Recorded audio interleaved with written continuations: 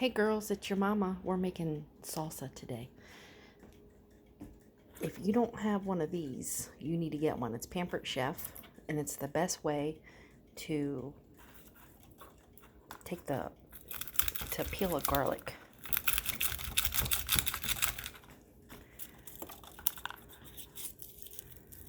And see how it just pops right off.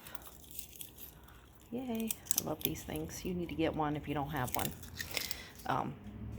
But this is what we've got. We've got an onion, and we've got, what, 2, 4, 6, 8, 10, 11 Roma tomatoes, and I'll probably use a couple of these too. These are my favorite because you can buy them all year long, and they're always nice and fresh, and they're always ripe. Juicy tomatoes all year long. But other than the fresh garlic, I actually use garlic powder and onion to help with the flavor. And of course, I usually use fresh cilantro. But they only had this in the grocery store because of the virus that's going around. So we've got that today. So let me get some of this stuff chopped and sliced, and I'll be right back to you. I'm going to start off with 2 cloves of garlic. I like to use fresh. Also, make sure you have a garlic press because these things are pretty cool, and it helps with getting everything chopped up, and it's a pretty cool gadget. I like Pampered Chef's the best out of everybody's. I really need a stand so I can do this stuff without having to hold my camera. But let me get this in the bowl and I'll come back to you. The best way to slice an onion after you cut the tip off, you don't want to cut the end that has the root. I cut it in half and then I peel it, and then I cut it in slices like that. I don't like big chunks of onion anyway, but this is the best way to dice your onion. And I'm going to try to do it holding the camera and this knife at the same time. Let's see. Usually like to go that way. You get little cuts, and your onion pieces aren't that big. I feel like, see how small they are? I feel like this is the best size for salsa because they're small and not too big. And you just do your whole onion like that. I normally like to use a bigger onion, so we might be adding a little more onion to this batch of salsa. So I'm going to chop my onion and then come back to you. Alright, we got our onion chopped. So we've got our onion and garlic in here already. I used 2 cloves. Sometimes I use 3, just depends on how big and how potent they are. So next we're going to slice up these tomatoes. Oh, if you want to take a shortcut and use like a mini chopper or something to get these onions chopped, you can, but I don't suggest it for the tomatoes. I suggest cutting all of your tomatoes by hand. Otherwise, you're going to have a watery salsa, and no one likes that. So let me get one of these ready, and I'll show you how I cut these up. Okay, I generally cut these like I do the onion. I take and slice the top off. You don't want that in your salsa. So I slice, the top off, and then I slice it into little thin strips like this. And then you just make sure you have a tomato knife. Pampered Chef has a really good tomato knife. And don't forget, this is going to be a long and drawn out process. But if you want really good salsa, you need to do it at home and do it by hand. And I just cut up my tomatoes like I do my onions. I cut them in little strips. And I try to cut this stuff here away. This stuff in the middle. That way, all you have is the good part of the tomato. Because in the summertime, I use Roma tomatoes, and I'll use heirloom tomatoes and like the beefsteak tomatoes, because I feel like it gives it a fresher flavor. So after you get all your tomatoes cut up, you know, you add them to your bowl, and then we'll finish.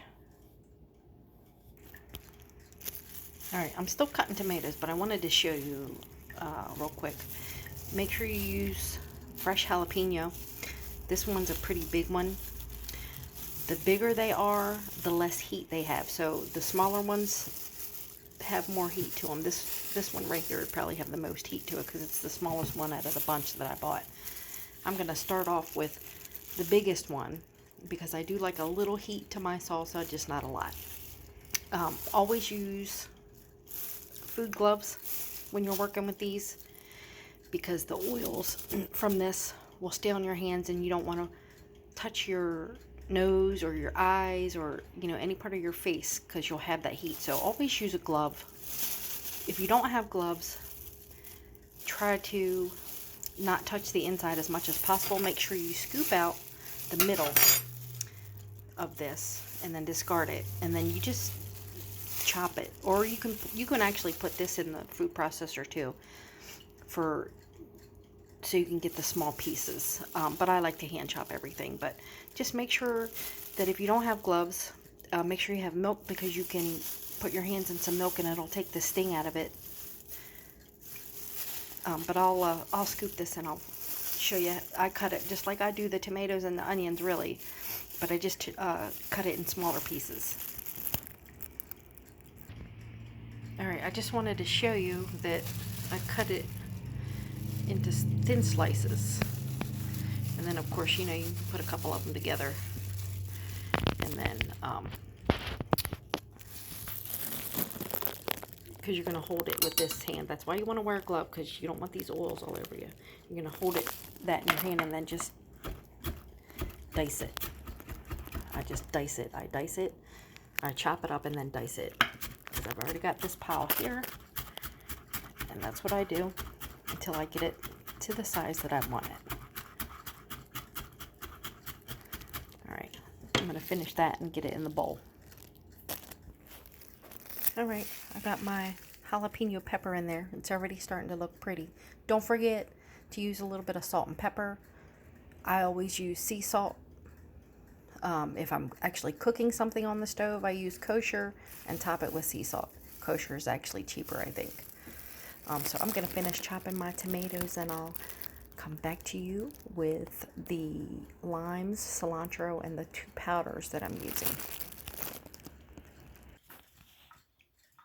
We're almost done cutting up the tomatoes, but I just wanted to let you know, you can actually scoop these tomatoes like you do the jalapenos, so you don't have to cut the middle part out once you slice them. But I like to do it after I slice them, because I like to gather up some of the juices that these tomatoes create and add it to my salsa. That's why I don't scoop it out beforehand, but you can if you want. Just wanted to let you know that.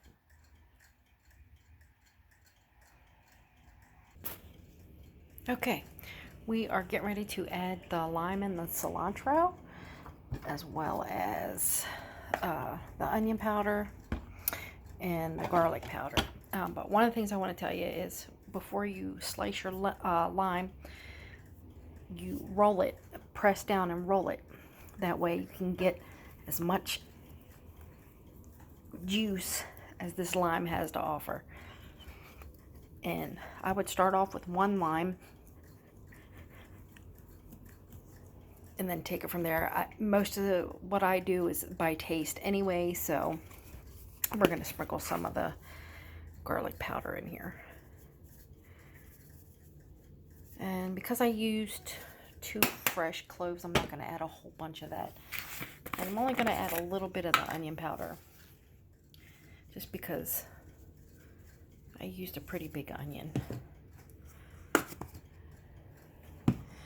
And so let's get this lemon, or not lemon, but let's get this lime sliced, and then we'll taste it after we add the cilantro, of course. I've added 1 lime, and I'm going to show you how much of this container I used of the cilantro. Just remember to always get fresh, because it tastes a whole lot better. But we're getting ready to stir this up and try it. Don't forget to add salt as you go.